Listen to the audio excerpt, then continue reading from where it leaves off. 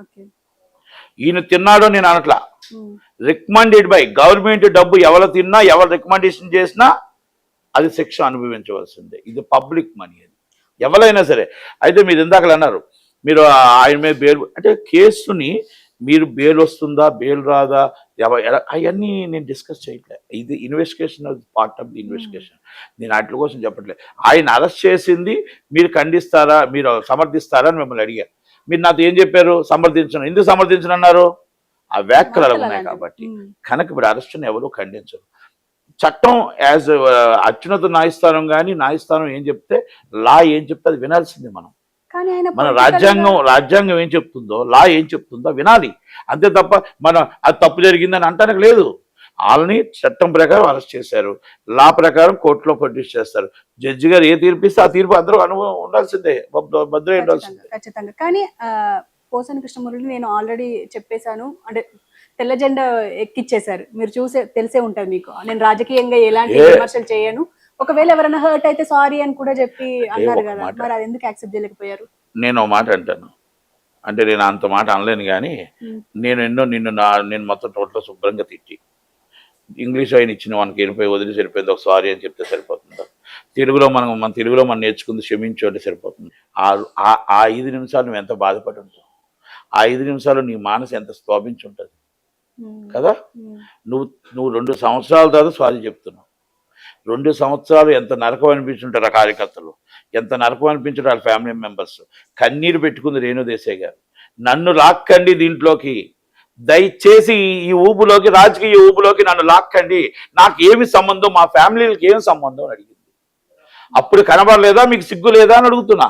ఆ తల్లి మాటలు, ఆ రేణు దేశాయ్ గారి కన్నీళ్ళు మీకు కనబడలేదా అని అడుగుతున్నా. అంజనమ్మ గారిని మాట్లాడుతుంటే కన్నీళ్ళు వచ్చే ఫ్యాన్స్కి అందరికి, మరి ఆ రోజు అవి కనబడలేదా అని అడుగుతున్నా. ఆ రోజే జగన్మోహన్ రెడ్డి గారు అది ఖండించుంటే ఈ రోజు ఇంతదాకా ఉండదు కదా. అంటే పార్టీకి ఒక హుందాతనం ఉందనుకునేవాళ్ళం. ఈ రోజు ఖండించాడు ఆయన. నేను అరెస్ట్ని ఖండిస్తున్నాను, నేను బెయిల్కి వెళ్ళండి, ఇమీడియట్లీ బెయిల్ పెట్టండి. నేను మా పార్టీ తరపు నాయకుడు, మా పార్టీ నుంచే మేము మాట్లాడించాం, మా పార్టీ ఆయన మాట్లాడిన మాట ప్రతి మాట మేము మాట్లాడించింది అని ఆయన మన సంకేతం ఇచ్చినట్టు అయ్యింది కదా. మరి దీన్ని మనం ఎలాగ మాట్లాడతాం ఒక్కసారి చెప్పండి. మనసున్న మనిషిగా ఎవరైనా దీన్ని మనం ఖండిస్తామా? Okay, as per law judge గారు ఏ తీర్పిస్తారు, జడ్జి గారు బెయిల్ ఇస్తారు ఎవరు అనేది అది ఇన్వెస్టిగేషన్లో భాగం. మనం దానికోసం మాట్లాడట్లేదు. మరి ఇవాళ ఈయన అరెస్ట్ చేయకుండా ఇంకొకరు మనం తప్పు చేస్తే ప్రతి వాళ్ళు ఇలాగే జరుగుతుంది కదా. నేను అలాగనేసి టీడీపీ వాళ్ళు చేసినా కూడా తీసుకెళ్ళి లోన్ వేసేయాల్సిందే. టీడీపీ వాళ్ళనైనా వదలొద్దు అని చెప్తున్నాను చంద్రబాబు నాయుడు గారికి. జనసేన వాళ్ళని కూడా ఎవరు వదలొద్దు. మీరు ఇష్యూస్ బేస్డ్ మాట్లాడండి, రాజకీయం మాట్లాడండి, అసభ్యకర పదజాలాలు మాట్లాడొద్దు. అసభ్యకర పదజాలాలు ఫ్యామిలీస్ని లాగొద్దు.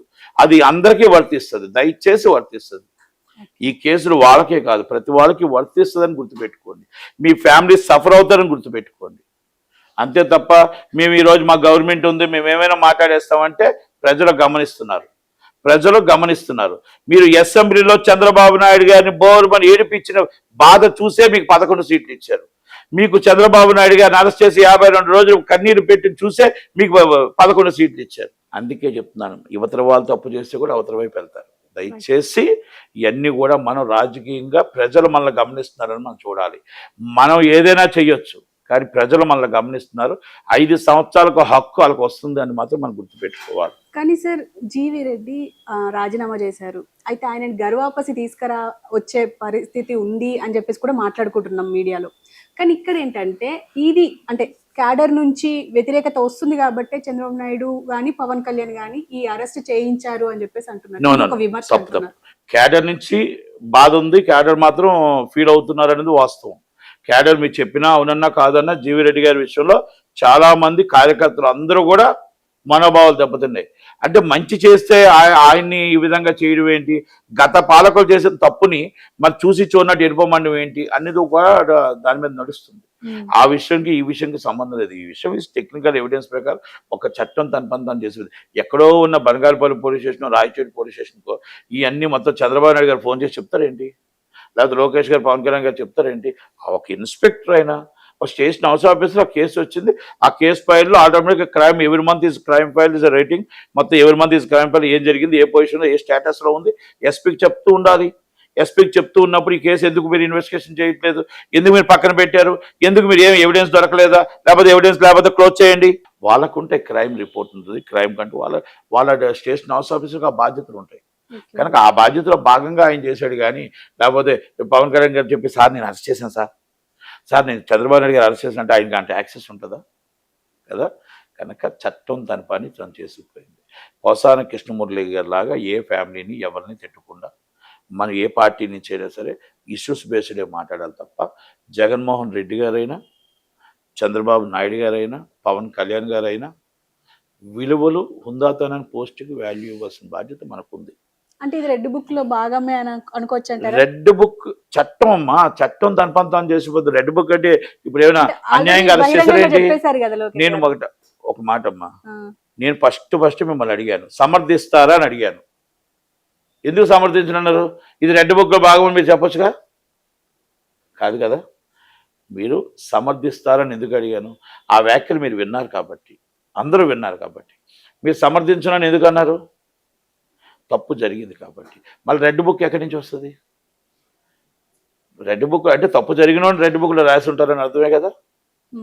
రెడ్ బుక్ అయినా, ఎల్లో బుక్ అయినా, పింక్ బుక్ అయినా, ఎఫ్ఐఆర్ అయినా, షార్ట్ షీట్ అయినా తప్పు చేసిన వాడికే కదా అరెస్ట్ చేస్తారు. మరి దాంట్లో ఇంకెందుకు వస్తుంది? కనుక ఎవ్వరు చేసినా, ఏ పార్టీ వాళ్ళు చేసినా మన అసభ్యకర పదజాలాలు కానీ, ఫ్యామిలీ జోలికి వెళ్ళడం కానీ ఇస్ నాట్ రైట్. రాజ్యాంగబద్ధంగా చట్టం లా ఎలా చెప్తుందో చట్టానికి న్యాయానికి లాబద్ధంగా ఉండాల్సిందే మనం. కనుక ఆయన ఏ విధంగా కోర్టు వారు నిర్ణయం తీసుకుంటారో ఆ నిర్ణయం ఉండాల్సిందే.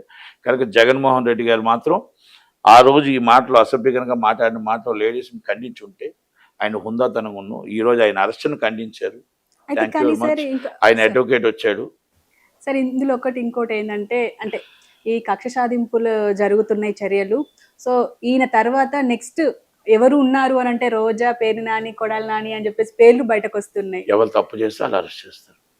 ఎవరు తప్పు చేస్తే ఎవరు నోటు దోలతో మాట్లాడి అసభ్యకరంగా మాట్లాడి మొత్తం ఆ ప్రజల్ని ఉద్దేశించి ఆ రోజు ఫ్యామిలీస్ని కానీ ఇంకోళ్ళు కానీ మాట్లాడి ఉండి తప్పుడు చేస్తుంటే, తప్పుడు పనులు చేస్తుంటే ఎవరినైనా చట్టం తన పని తాను చేసుకుంటుంది.